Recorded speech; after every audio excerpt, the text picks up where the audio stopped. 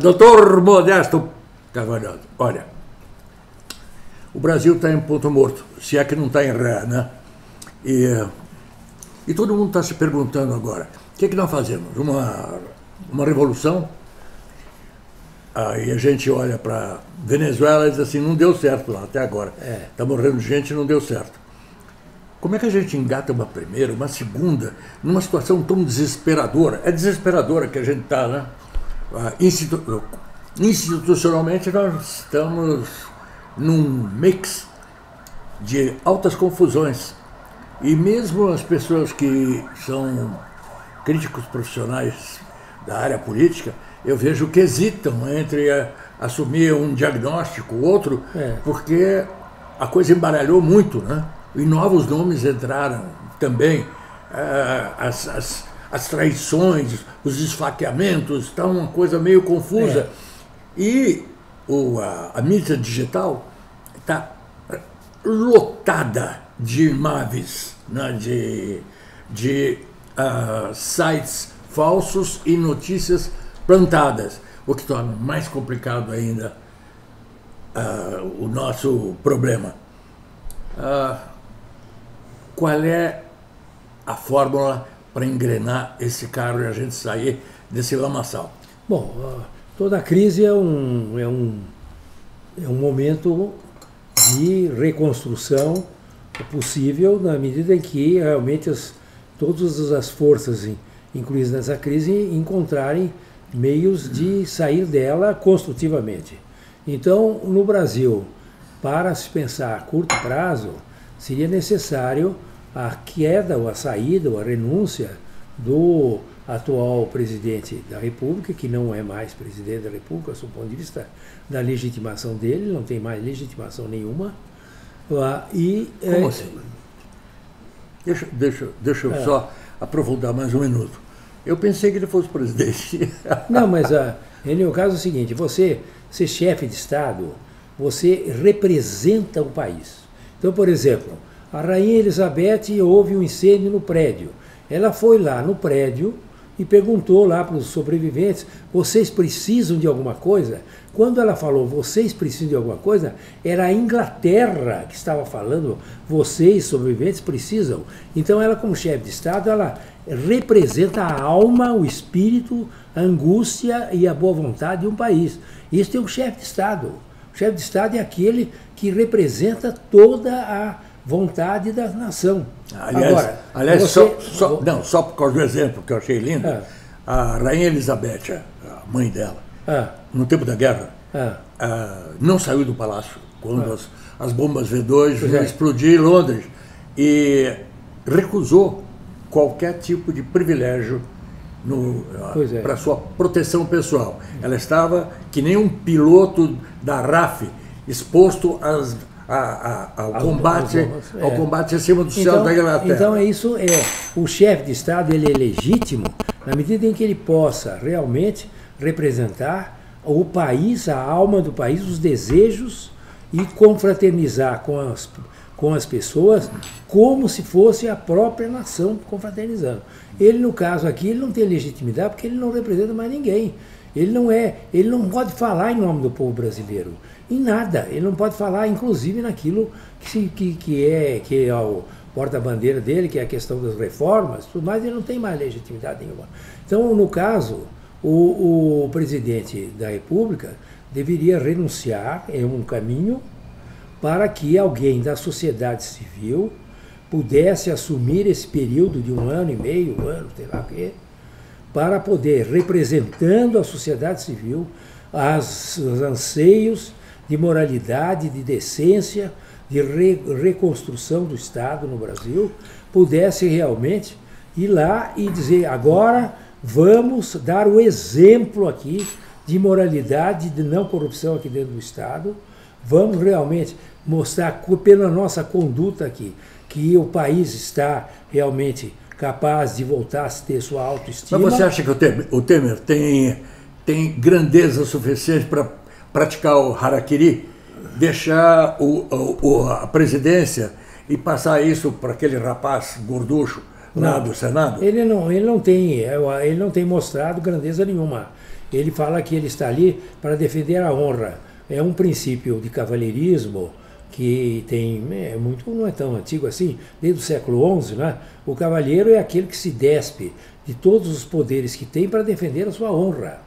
Quer dizer, alguém que é acusado de, no exercício do cargo, realmente praticar atos de corrupção, a primeira coisa que uma pessoa que tem honra é dizer, eu vou me despedir de todos os instrumentos que eu tenho do próprio Estado, que podem me proteger contra essas acusações, para como indivíduo, como pessoa, poder me defender, tá certo? Agora, ele não, ele diz que quem está defendendo a honra dele é o contrário, ele está usando de um cargo para defender-se de uma conduta absolutamente incompatível com um homem público, que é o diálogo que ele fez lá com aquele tal de Joesley, né? O que está acontecendo hoje é o seguinte, entra governo, sai governo, mas a cultura é a mesma cultura de 64. O que a gente percebe é que a população não quer mais esse modelo de Estado. Certo. As pessoas não querem mais esse modelo de Estado gigante, as pessoas querem liberdades, as pessoas não querem mais pagar essa carga tributária, e até hoje não apareceu nenhum candidato que captou essa mensagem das pessoas que foram para as ruas.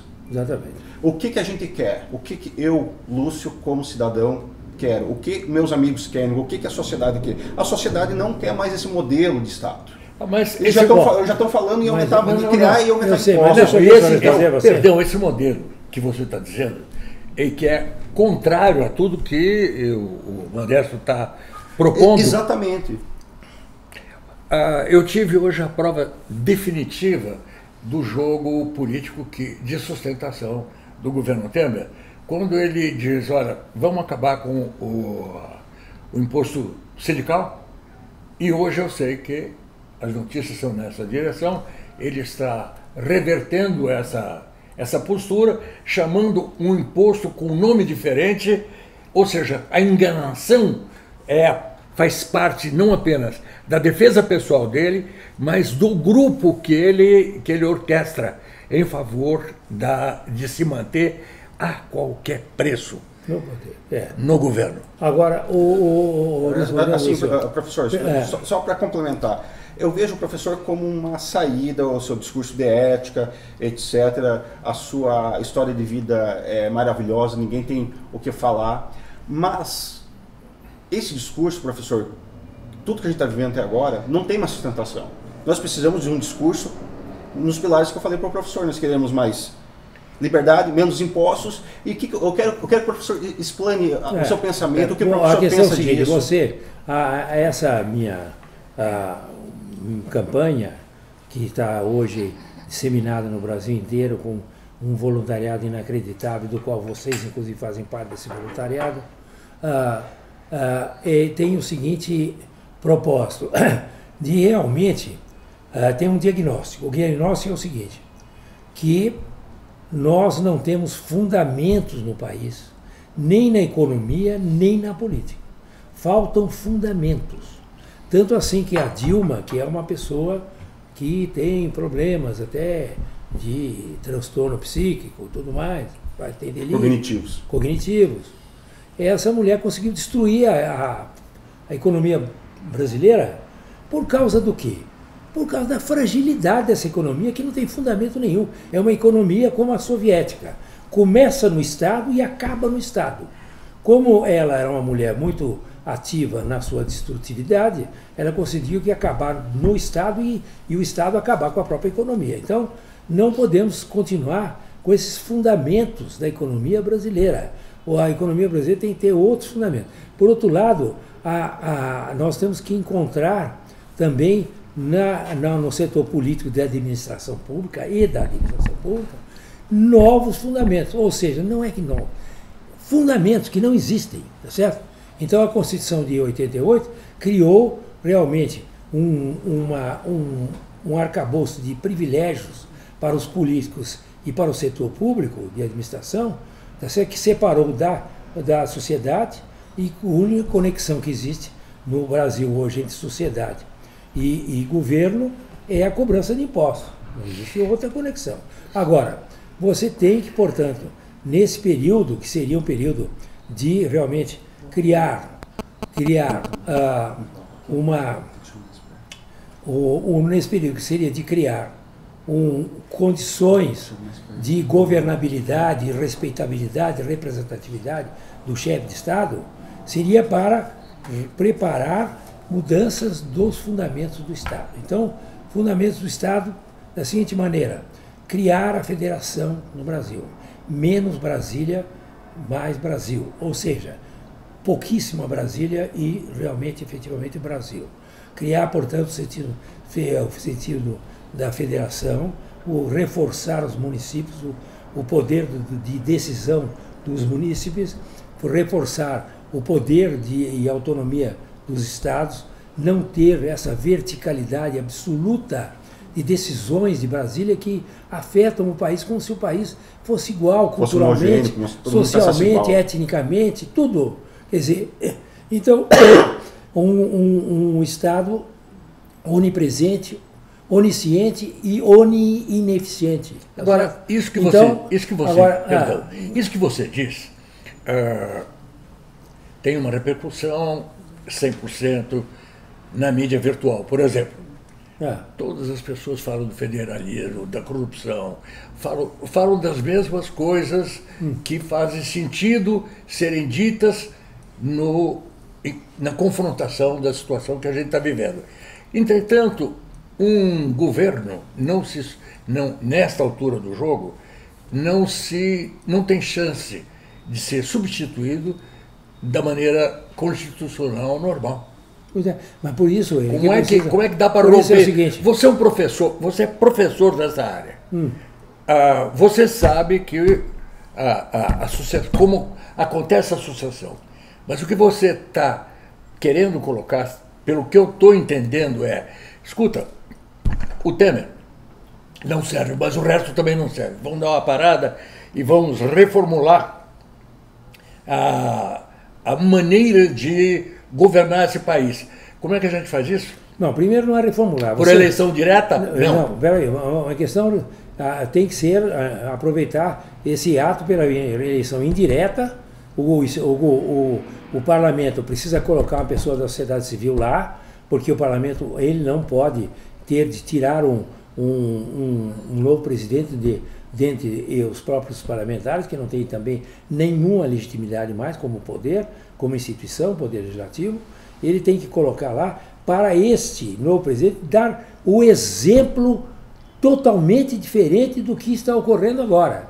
Esse é o exemplo dele e dos ministros dele e da administração dele. Como é que se administra com simplicidade, sem pompa, sem roubalheira, sem jogo, sem nada? Como é que se pode administrar como se fosse um país civilizado, a administração e a chefia de um Estado e a chefia de governo? Então, isto é muito importante, dar a representatividade da sociedade dentro do governo, através de uma pessoa que possa representar isso e restaurar a imagem, a figura do presidente da República no Brasil, que não tem mais. Numa dessas o Fernando Henrique Cardoso diz: opa, não se esqueçam de mim. Tá bom, mas isso aconteceu.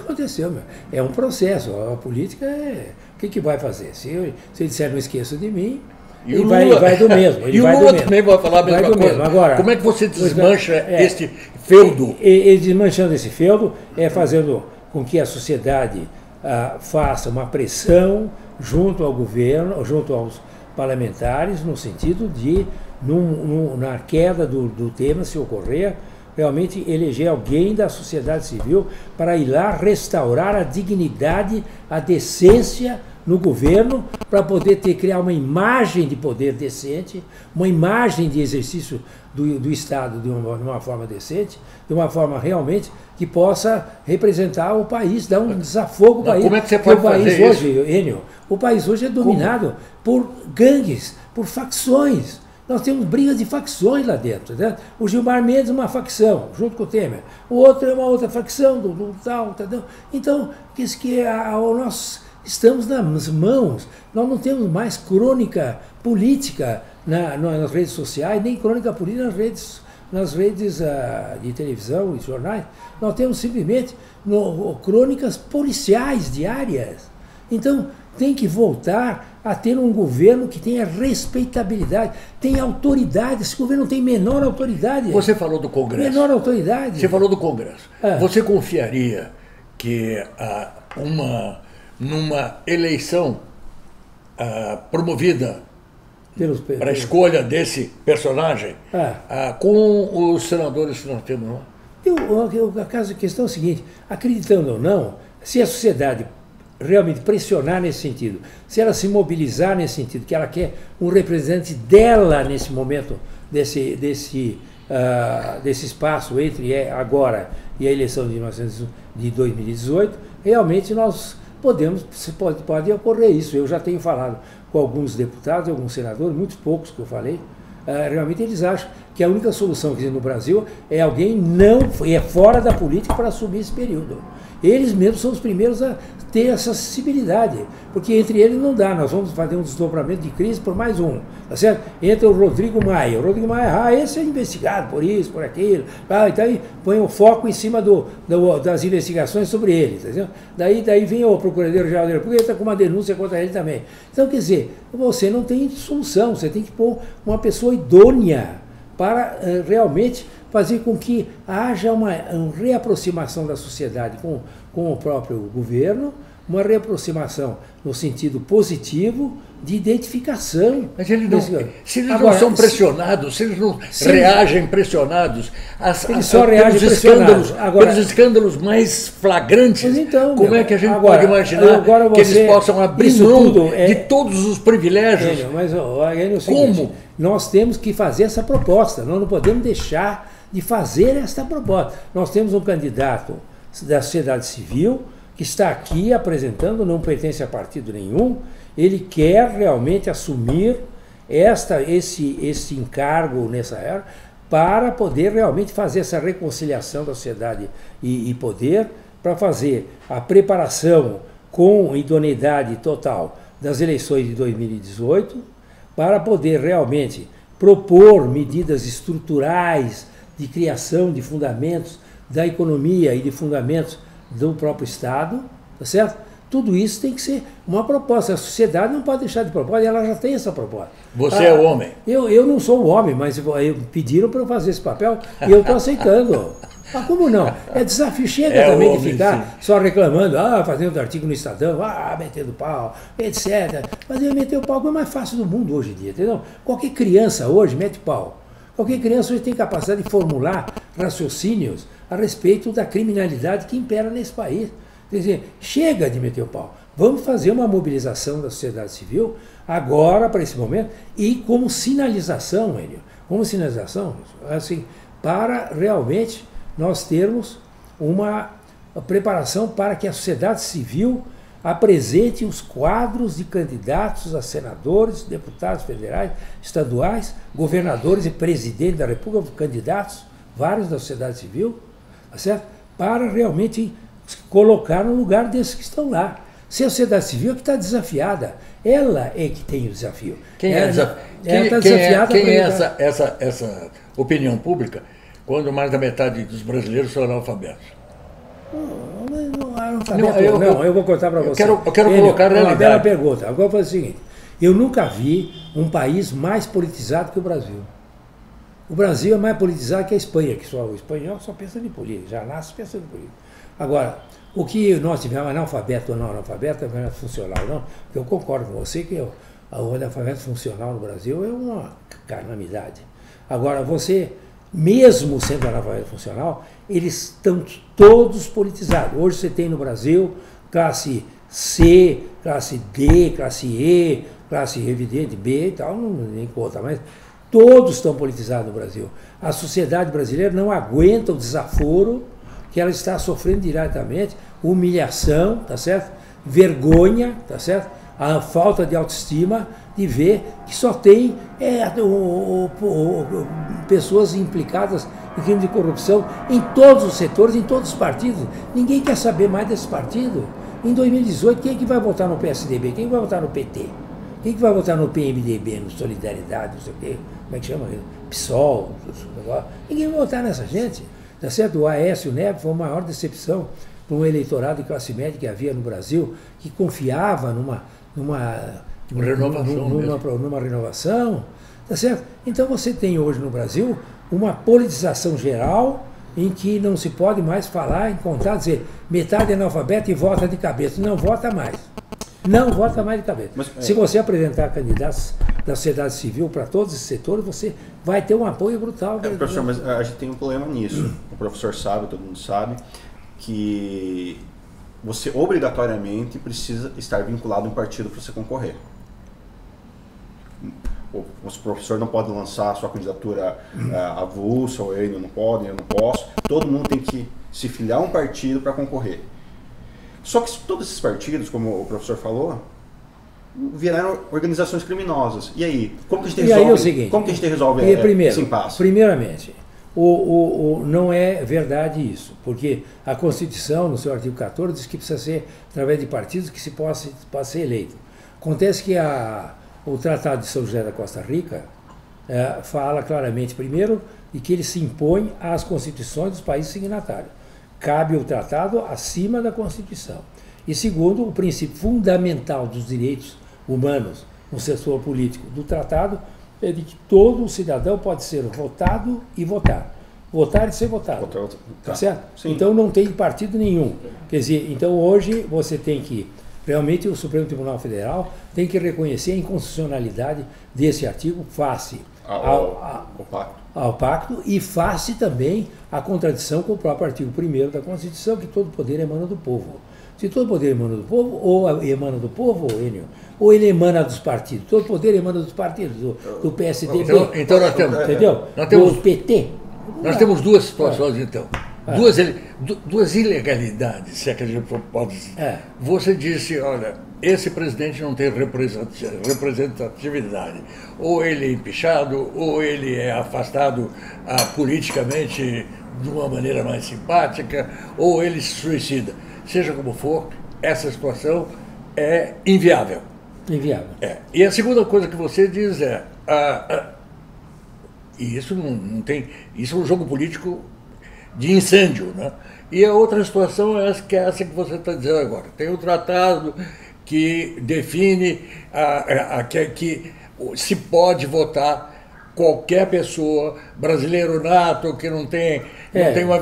pode ser votado. Mas nós temos essa ilegalidade, porque os partidos políticos assambarcaram esse poder e dentre eles jogam com a grana, com as oportunidades negociais e não estão a fim de trazer para essa discussão pública do jogo político um estranho. Pois não estão mesmo. Quer dizer, eles nunca estiveram são nem duas ilegalidades. Nem dentre eles. Quer dizer, os partidos, por exemplo, eles têm lá os caciques dos partidos que não deixam nem a juventude dos partidos tomarem em conta dos partidos e fazer renovação. Por exemplo, o Alckmin, que não é uma pessoa que possa dizer que é uma pessoa não correta, não tenho nada contra o Alckmin. O Alckmin está lá há 40 anos. Vai alguém se meter lá que vai ver que vai. Então não pode, tá certo? Então eles são donos do partido. E assim o PT, que tem aquele sujeito, eu não vou falar que tem senhoras aqui, eu não vou falar o nome do dono do partido do PT, que parece que é um palavrão que fechado. Mas tem o dono do partido lá, que manda lá dentro, quer dizer, é lá quem faz o que ele quer. Agora, então você não tem partido nenhum no Brasil. Então você tem dois desmontes. Dois, tá certo? Agora, você veja o seguinte, a população chegou a tal nível que, por exemplo, a minha pessoa que trabalha lá em casa, diarista, que é uma pessoa muito inteligente, que mora na comunidade, entendeu? Comunidade sabe o que é, não? Se não me engano é favela. Então mora na favela, inteligente para burro, uma família lá, os filhos, marido ótimo, as pessoas todas. Ela disse o seguinte, nós lá, meus vizinhos estão bolando o seguinte, votar em branco ou nulo, porque já vieram falar para a gente que se nós, toda a população votar branco ou nulo, não elege ninguém.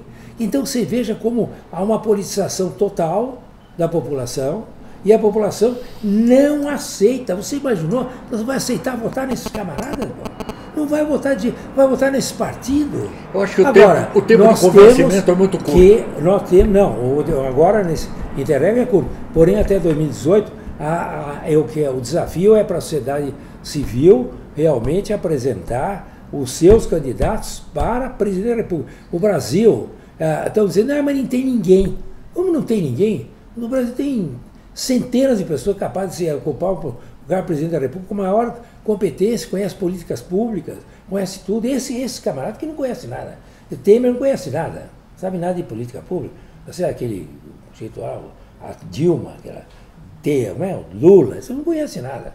Agora, então você tem muita gente. Ele administrou um organismo durante tantos anos. O PMDB estava atrelado a uma troca negocial. Não, fazia parte da mesma organização criminosa. Depois dividiram a organização criminosa em duas. Né? Criaram duas facções. Né? Facção PT, de um lado, facção PMDB, outra. Agora, o que não pode é imaginar que a sociedade civil não vá se organizar para apresentar candidatos a presidente da República e todos os segmentos da eleição de 2018 para efetivamente ocupar esse lugar. Porque o povo não vai votar nessa turma. Como o povo não votou no PT e pôs o PSDB acima agora na eleição municipal, vai derrocar todo mundo agora, tá certo? Então você não tem nenhuma razão da sociedade civil não se organizar para fazer, e que é um fenômeno mundial, que eu já falei para você. Nós não estamos conseguindo, deixa eu ser pesado aí nesse sentido. O máximo que a gente conseguiu para afirmação política nesse país foi através das passeatas. Tá? E as passeatas foram se degradando numa transformação de showbiz, com carrinho de pipoca e hot dog, e as crianças e selfie. Nenhuma proposta séria, nenhuma proposta importante, nenhuma imposição de autoridade, nada. Nós, nas diversas manifestações, nós falhamos no transmitir para quem quer que fosse a nossa demanda por uma política séria. Foi showbiz o tempo inteirinho. Estou errado? Não, eu acho que aí é um pouquinho... Estou errado, Francisco? Tá certo. Eu acho que você está errado. Pelo seguinte, 4-1. Vai ser errado. Primeiro, as manifestações que vieram no Brasil, desde 2013, mas sobretudo aquelas já politizadas em 2014, e 15, eram para que fosse retirado do país aquela organização criminosa, populista, venezuelana, bolivariana, sórdida do PT. Quer dizer, o pessoal saiu na rua para destruir um governo ilegítimo, que eram uns bandidos que estavam ali destruindo o país e se enriquecendo. Portanto, o foco daquelas medidas foram muito objetivas.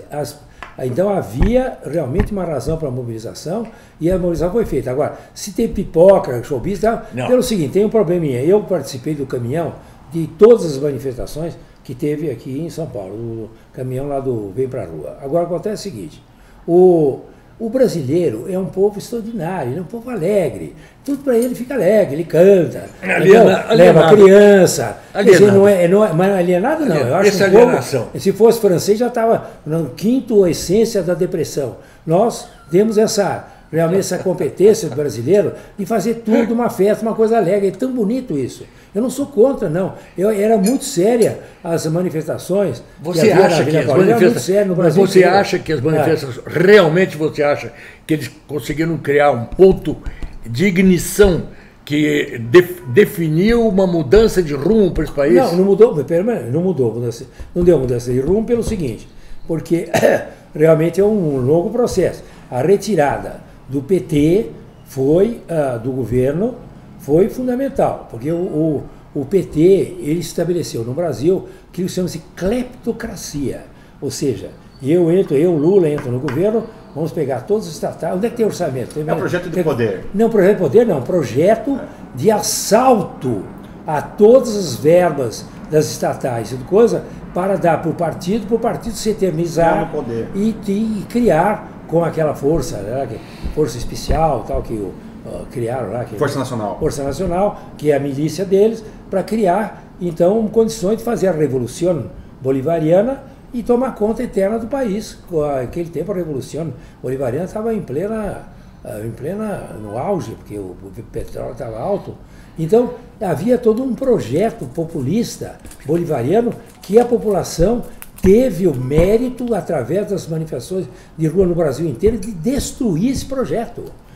Que é histórica e é maravilhosa a participação do povo. Agora, se o povo ia lá, cantava, tal, se divertia, é parte... Não, isso é figurativo. É claro, é parte de... Eu quero aproveitar, porque você falou, aproveitar para dar aqui uma homenagem, porque eu acho que o povo brasileiro é uma maravilha. Eu estava lá no caminhão, eu via aquele pessoal, quer dizer, cantava o hino nacional no metrô, sem orquestra, sem nada, sem acompanhamento, sem coisa nenhuma, todo mundo cantando o hino nacional, maravilha aquilo. Agora, não tem mais foco, Enio. Então agora, o que você tem? Eu quero uma constituinte, que é a minha proposta, uma constituinte independente. Né? Daí vem-se o Zé Dirceu, que foi solta por aquele tal de... como é que chama o ministro lá? Gilmar Mendes. Então foi solto.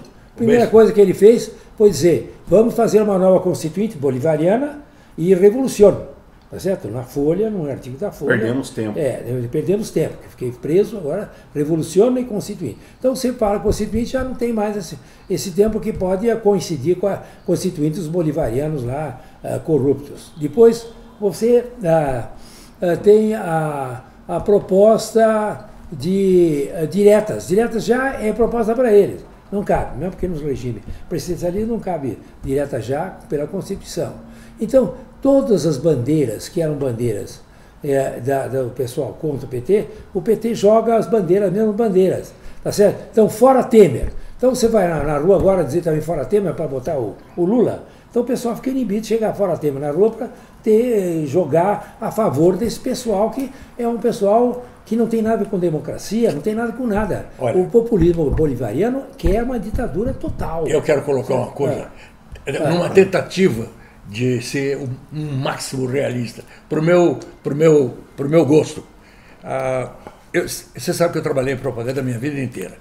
E nós fizemos na agência, compramos pesquisas e fizemos pesquisas motivacionais, estatísticas, o que você queira. Uma das coisas que mais me impressionou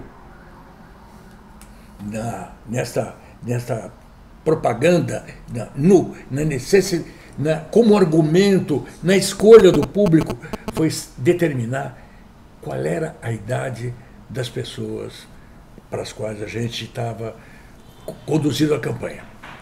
Você tem ideia de quantos anos de idade emocional tem o público geral a quem você destina propaganda de consumo? Chuta um... Não tenho a menor ideia. 8 anos. 8 anos?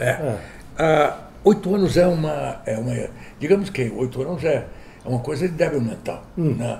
O garoto largou do peito da mamadeira e está engatinhando. Agora, como num país onde este nível de compreensão dos fatos está reduzido a essa irrelevância intelectual e de conhecimento do jogo político, como imaginar que num prazo de até 2018 se consiga quebrar aquelas duas coisas? Primeiro, cai Temer. Segundo, vamos tentar conseguir uma mudança. É na Constituição isso?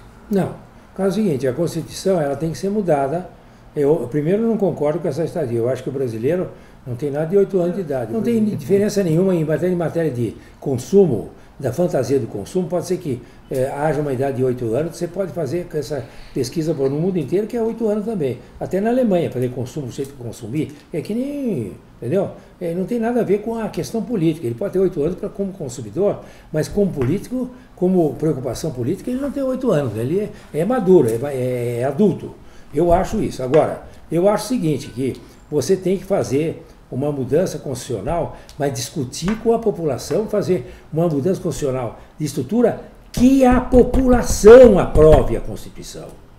A população que tem que aprovar por um referendo, tá certo? A Constituição. E a Constituição para o povo. Nós temos que fazer uma Constituição que seja para o indivíduo, de 50 artigos, se for 40 artigos, tá certo? De sentido bastante que o povo que resolva essas coisas. Não pode ter Constituição, como nós temos hoje em dia, Enio, só para benefício do setor público, benefício dele, a aposentadoria com 8 anos de idade, tá certo? Como é que você explica? Então como é que dá para explicar? Como acabar com isso. A Constituição é o povo que faz a Constituição. Peraí, só esta. Como é que você pode chegar a esse nível de resultado? Estatisticamente é quase que irrelevante quando você pensa que 30% da população ainda vota no PT. Bom, depois de tudo que foi dito, depois dessa exposição didática da desgraça que esse país está merecendo, desse grupo de escrotos, e eles ainda dizem, não, tudo bem, dá licença, eu vou ficar de costas para ficar mais fácil para você. Não vai brigar comigo aí. Então é o seguinte, aqui é um pouco, mas não é tudo. É um pouco a história do sofá, entendeu? Que o marido vê a mulher praticando adultério na casa dela, na sala, e depois muda o sofá. Quer dizer, você mudar a Brasília para outro local, quer dizer, não resolve os problemas da ausência. Da ausência de fundamentos da economia e da política no Brasil. Concordo plenamente. Quer dizer, isso não resolve. Agora, eu concordo com você numa coisa: o isolamento geográfico desses políticos que ficaram lá num bunker foi muito prejudicial para o Brasil. Se tivesse, como você falou, no Rio de Janeiro não sai na rua. E foi muito benéfico para eles. O Rio de Janeiro, que é a cidade mais politizada que o Rio de Janeiro, ele não sai na rua nem morto, entendeu? Não vai ao restaurante, o restaurante come de marmita em casa, não pode sair do restaurante, mesmo que faça coisinha mais ou menos, não precisa nem ser os criminosos que são corruptos, entendeu? Quer dizer, eu acho que realmente você fazer isso numa capital real, quer dizer, seria muito melhor. E, então, esse bunker prejudicou muito e criou neles, por exemplo, no julgamento, uma sensação de impunidade total. Eles têm a sensação de impunidade. Eu tenho uma coisa que eu preciso propor. Porque eles estão ali, sim, daí pegam um jatinho da FAB e vão embora para cá. Eu tenho uma proposta. Eu tenho uma proposta. É a seguinte. Desculpa, olha. Não. Para por aí. Está tudo bem. Vamos em frente.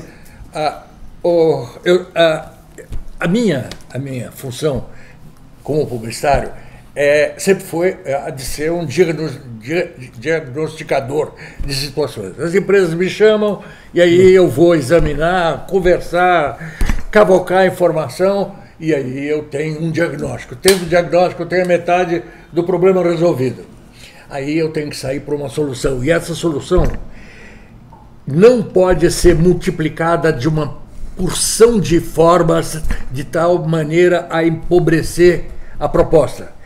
Os americanos inventaram essa expressão, Unique Selling Proposition, proposta única de venda. Nós temos que parar e dizer assim, está tudo bem, essas 50 coisas são importantes, qual é a mais importante? Então vamos começar por aí, tá certo? Eu concordo inteiramente. E isto é o STF.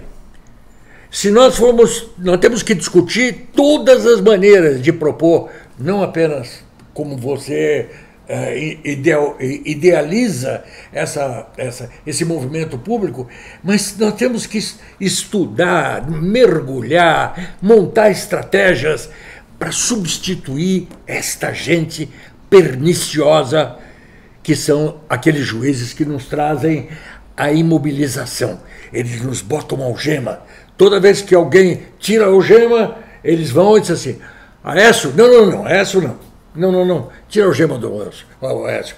Nós somos assim, estamos vivendo isso. Se nós não resolvermos a encarar com seriedade única o STF, nós não saímos do lugar. Para isso nós temos as eleições. As eleições na democracia tem que ter eleição. Tem que ter os representantes para realmente fazer uma reforma constitucional, quer dizer, uma nova Constituição aí, independente, que possa apoiar para o plebiscito que seja independente e apresentar isso como referendo à população para tirar essa turma. Porque aí é unânime. E que sabe quem é que concorda que o Supremo Tribunal Federal é um horror, atualmente a atuação dele? O próprio Poder Judiciário vai nesses tribunais. Quer dizer, eles estão envergonhados, os juízes, embargadores, mesmo os membros dos outros tribunais superiores. Arrebentaram a imagem da justiça no Brasil. Existem duas justiças brasileiras, os concursados e essa turma. Então, os concursados são pessoas da melhor então você tem a possível. revolta total da população contra ele. Agora, e temos os meios democráticos. Nós não podemos fugir dos meios democráticos. Os meios democráticos é a eleição. Para isso não tem uma eleição 2018. Precisa eleger a maioria contra esse pessoal. Tirar esse partido. Com foco. Se a gente. Não, esse foco é fundamental. Numa reforma ou numa Constituição nova.